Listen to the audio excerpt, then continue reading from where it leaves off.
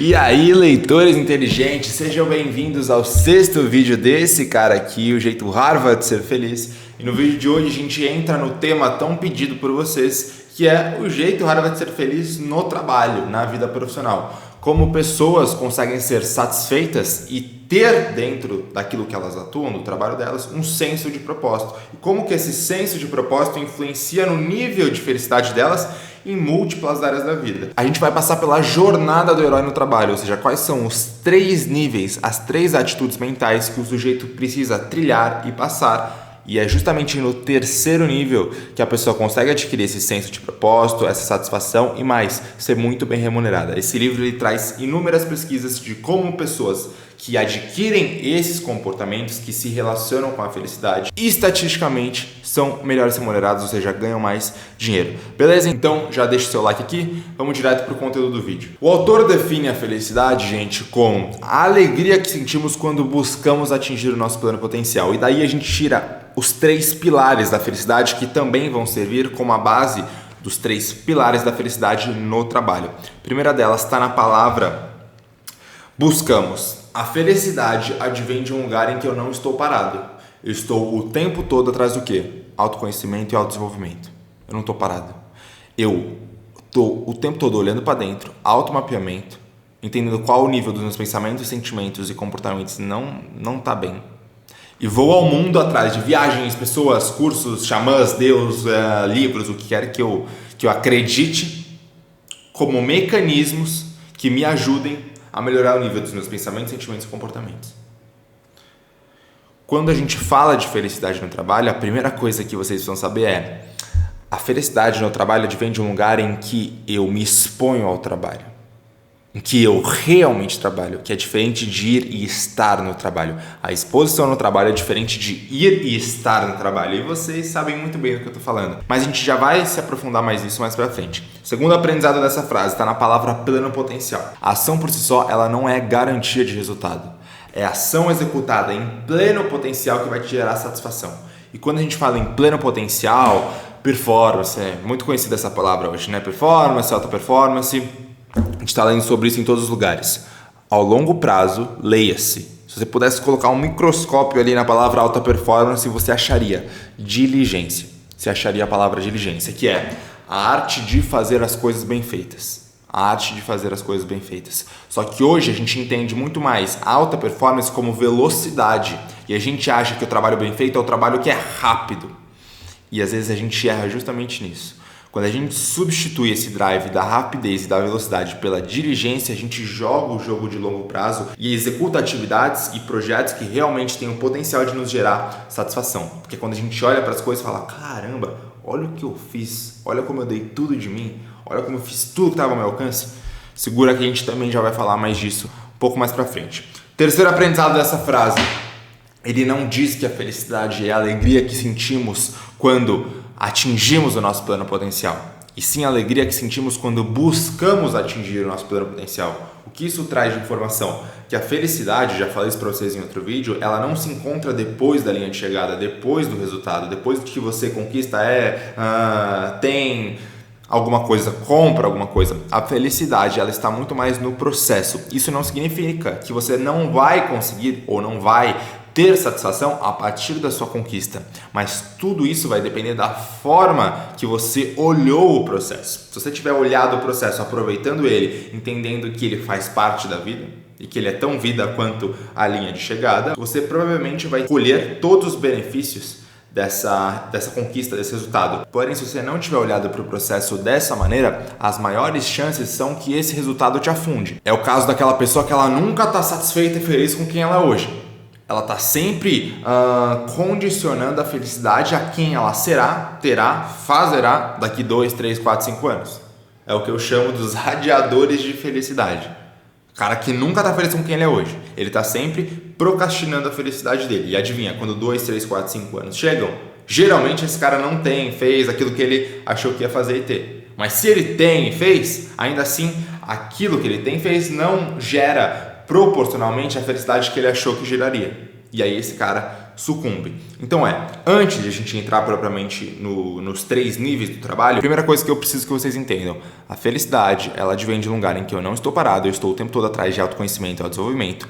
A ação por si só, ela não basta, eu preciso da ação executada em pleno potencial, e pleno potencial, leia-se diligência, a arte de fazer as coisas bem feitas, quando você olha para uma coisa e fala, caramba, olha que embaçado, eu dei tudo de mim.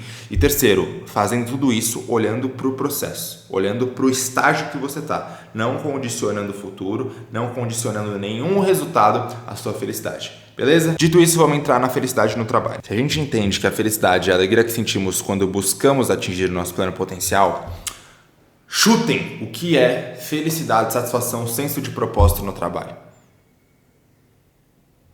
É trabalhar com algo que em algum grau me põe em contato com o meu pleno potencial, com o meu propósito, com o que eu vim cumprir.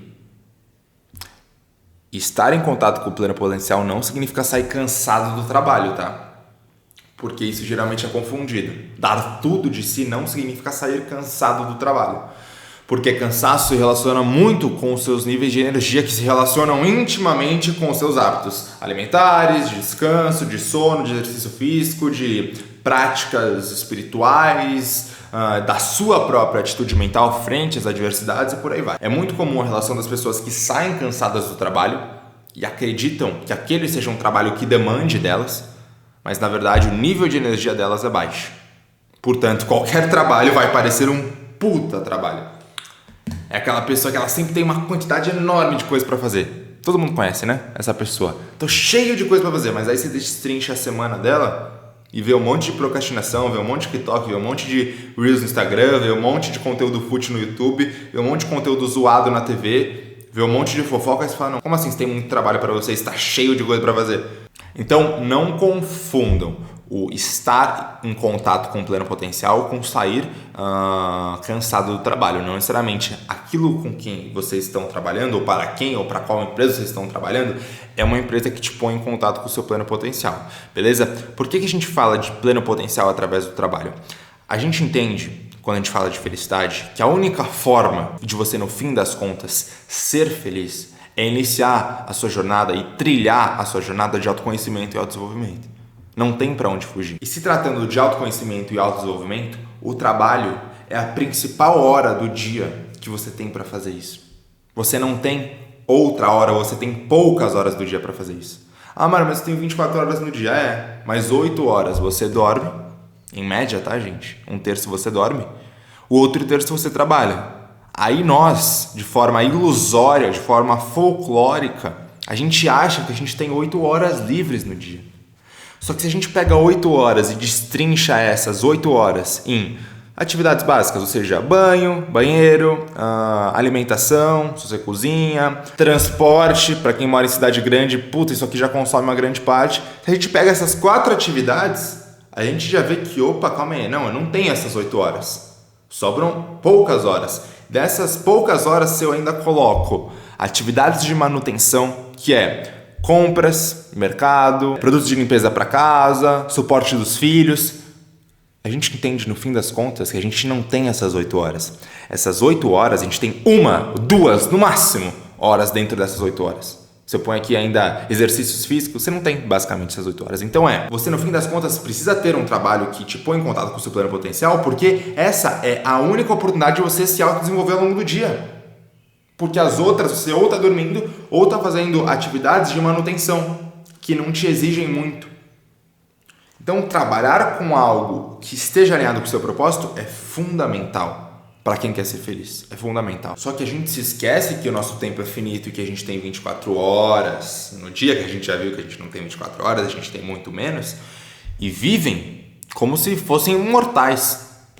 A gente viu essa relação no livro A Morte é um Dia que Vale a Pena Viver, da doutora Ana Cláudia Quintana Arantes, é uma médica brasileira. Ela retrata lá claramente como que pessoas no leito das suas mortes se arrependem de não ter trilhado uma vida mais intencional, tendo elas escolhido o que elas gostariam de fazer, e não condicionado suas escolhas através do que os outros esperavam delas, através do que elas achavam que dava. Enfim, um conjunto de comportamentos que as pessoas, ao estarem perto do dia das suas mortes, olham e falam: caramba, mano, eu não devia ter feito isso.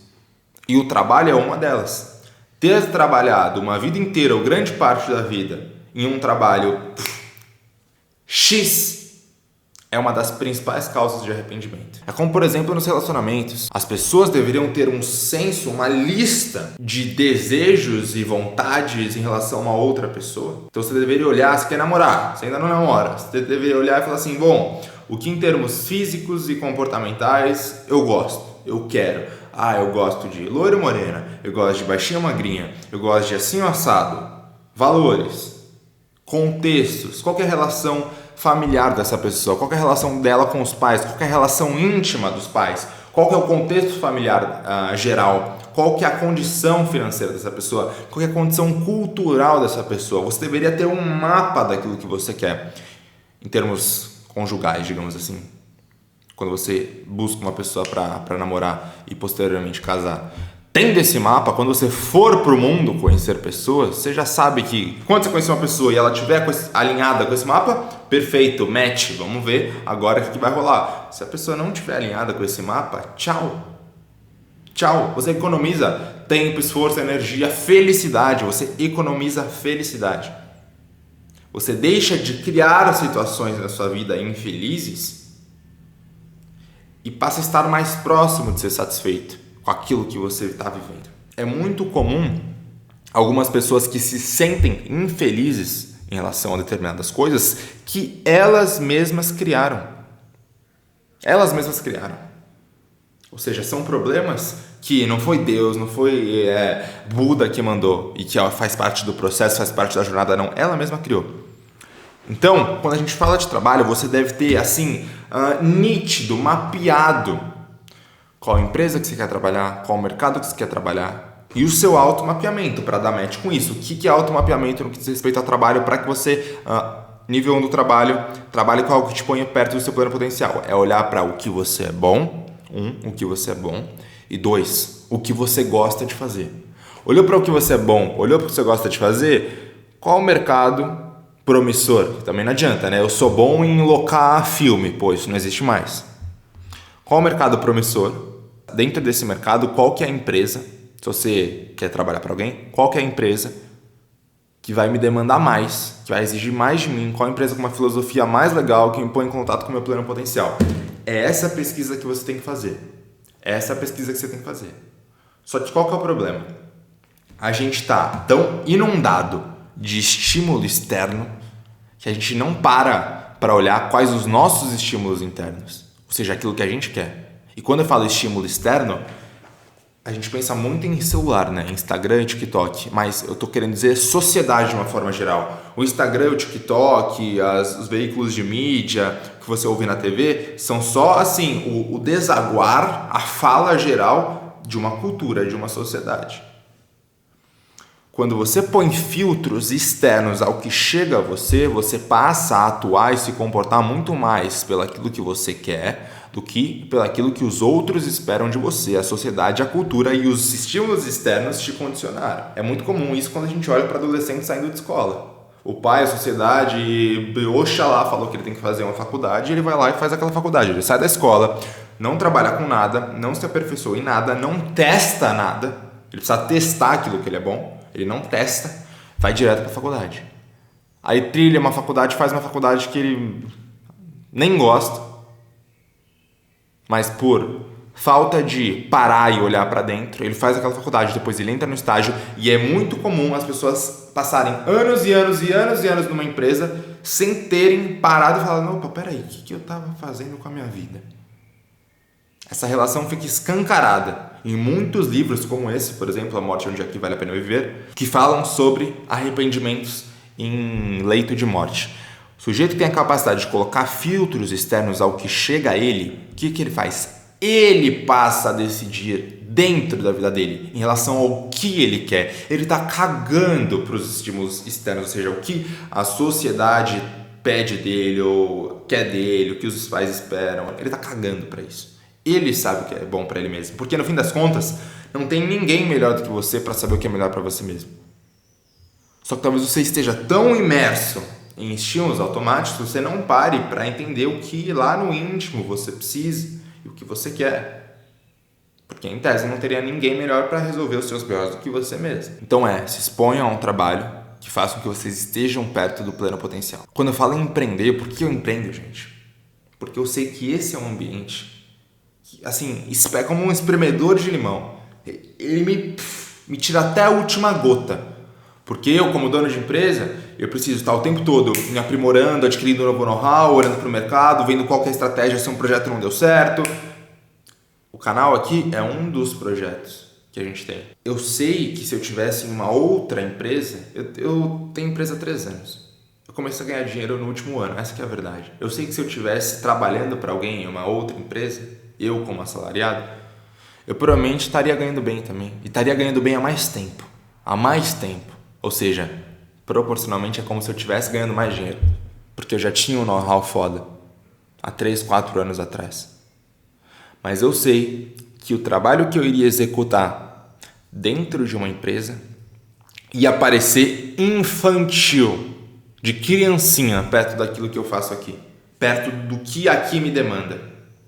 Entendeu? Então, o primeiro nível do trabalho, eu trabalho com algo que me ajude a atingir o meu pleno potencial. Segundo nível do trabalho, eu aumento o meu senso de pleno potencial através do trabalho. Eu aumento o meu pleno potencial através do meu trabalho. O que isso significa? Lembra que a gente falou que é comum a relação das pessoas que acham que o trabalho demanda elas, mas na verdade o trabalho não demanda elas, elas que têm força de caráter e energia baixa? Quando você está dentro de um trabalho que te ajude a atingir o seu pleno potencial, é muito interessante que você pegue o projeto mais difícil, que você converse com o diretor mais casca-grossa, que ninguém quer conversar, que você faça o over-delivery, principalmente se você é mais novo, para que você alargue o seu senso de potencial e rode 100% com a capacidade do seu motor. 100%. A gente acha que a gente roda 100% da capacidade do motor, mas a gente não roda. A gente fez a análise de um livro que vocês viram muito bem como isso funciona. Nada Pode Me Ferir, do David Goggins. Você olha a história de vida do cara, tudo que ele superou, quem ele se tornou, e aí você põe em perspectiva com o seu cansaço, com o seu mimimi. Você fala, caralho, nem ferrando que eu rodo 100% do meu potencial, 100% do motor do meu carro. Eu devo rodar no máximo uns 20%. Porque ele fala no livro, depois de todas as histórias que ele conta, que todo ser humano, quando acha que está no seu máximo de fadiga física e emocional, só chegou até os 40%. Aí você olha e fala, pô, se esse cara falar que ele está rodando no máximo a 40%, eu estou rodando a 100%, nem ferrando, devo estar rodando no máximo uns 20%. No máximo uns 20%. Então, aumentar o senso de pleno potencial através do trabalho é quando você pega atividades para fazer que a princípio você olhava para elas e elas te davam medo e elas te davam aquele senso de não é muito para mim, vai ser demais. Você vai lá, executa a parada, faz bem feito, faz acontecer e agora fala, caramba, eu achava que eu não dava conta disso e eu dei. Eu achava que eu não dava conta de acordar cedo, de ir para academia todo dia, mas eu dei. E perceba como assuntos satélites que se relacionam a outras áreas que não necessariamente trabalho e profissão servem também para aumentar o seu senso de pleno potencial, para aumentar a sua capacidade de fazer. Quando eu olho para um sujeito que tem um corpo legal, tem um corpo bonito, um corpo malhado, um corpo estético, proporcional, eu já sei, nego, que esse cara tem um conjunto de características comportamentais, resiliência, perseverança, disciplina. Eu já sei que esse cara já está em outro nível. Eu posso nem saber com que ele trabalha, eu já sei que ele está em outro nível. É por isso que quando você se propõe a fazer uma coisa, me propõe a ir na academia todos os dias, eu desenvolvo os hábitos satélites ao esse hábito maior que eu quero desenvolver e eu cumpro aquilo que eu achei que, não era pra mim, eu falo, caralho, expandi. Agora, próximo nível. Existe essa mesma relação no trabalho. É importante que você pegue para fazer as atividades que ninguém quer E quando você pega para fazer essas atividades, é importante que você não fique fazendo conta de pinga, entendendo se elas são proporcionais ou não ao que você ganha. Esse é um dos principais erros das pessoas que são mal remuneradas e não sabem por quê. Elas só entregam aquilo que a empresa paga para ela e elas não entendem como o jogo funciona, como o jogo de quem ganha bem funciona, como que é a entrega de quem ganha bem. A gente vai falar mais disso na última live. Desse nível 2 do trabalho, hoje eu dei só uma palhinha, e do nível 3. O nível 3 é onde mora o tio Patinhas. No nível 1 e 2, muito legal, te traz satisfação, te traz senso de propósito. No nível 3, você remunera isso. Ou seja, você ganha mais, você aumenta seu salário, você vende mais. Serviço, produto, quer que seja. Isso, estatisticamente, cientificamente comprovado. Beleza? Porque o vagabundo, gente, ele nunca acha que ele é vagabundo. Todo mundo, eu te garanto, todo mundo tem uma desculpa para aquilo que faz. E ninguém acha que roda abaixo. Tá todo mundo achando que tá correndo atrás. Ninguém acha que procrastina, ninguém acha que se auto-sabota. Se você acha isso, é que você já tá em um nível de autoconhecimento bacana, para pelo menos admitir isso. Mas a maior parte das pessoas nem admite isso.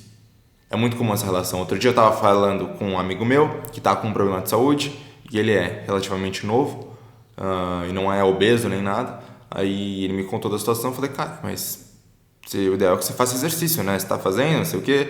Aí ele, não, eu tô sem tempo. Aí eu falei, porra, tá sem tempo? Tô estudando demais, ele falou. Eu falei, pô, naquela hora que você só fica quieto, né? Aí uma outra oportunidade, eu também tava falando com uma grande amiga minha que, por coincidência, é namorada dele. E eu falei, fulano me contou o que tá acontecendo, mas ele falou que tá meio que sem tempo pra fazer exercício, porque ele tá estudando muito. Tá mesmo? Como é que tá isso aí? Aí ela, não levanta nem pra lavar um prato. Ou seja, é normal a gente achar que faz uma coisa, achar que pensa de uma forma, achar que tá dando tudo de si e não tá. Essa é uma relação extremamente comum. E a gente só se depara com isso quando a gente vê outras pessoas nessa mesma situação, que a gente tende a olhar e fazer, a rechaçar. Fulano que teve tal conquista, partiu do mesmo nível que você. Você olha pra conquista do cara e invalida ela. Ah não, deve ter feito alguma sacanagem. Ah não, também deu sorte. Ah não, entrou no mercado X, na empresa Y. Ah não, ele namora com a fulana. Você sempre dá um jeito de invalidar. Agora, feliz é o cara que olha pro amiguinho que partiu do mesmo estágio que ele, conquistou uma coisa que ele ainda não tem, e fala, amiguinho, como que você conquistou isso? Olha pro amiguinho e mapeia o que o amiguinho fez que ele não fez, o que o amiguinho fez que ele deixou de fazer. Aí ele põe os comportamentos em perspectiva e olha e fala, realmente, eu era um imaturo do caramba. Achava que eu fazia, mas não fazia. Enfim, esse é o segundo nível do trabalho e a gente vai falar mais dele na próxima live, juntamente com o terceiro, que é como que vocês vão fazer para ganhar mais, seja como assalariado, seja como prestador de serviço, seja como dono de empresa, por aí vai. Beleza? Se você gostou desse vídeo, eu preciso que você dê o like e comente aqui embaixo qual o próximo livro que vocês querem que seja analisado. A gente sempre faz um balance dos livros que vocês comentam e eles vão entrando na nossa lista de produção. Beleza? Do mais, um beijo, um abraço e até o próximo vídeo. Tchau!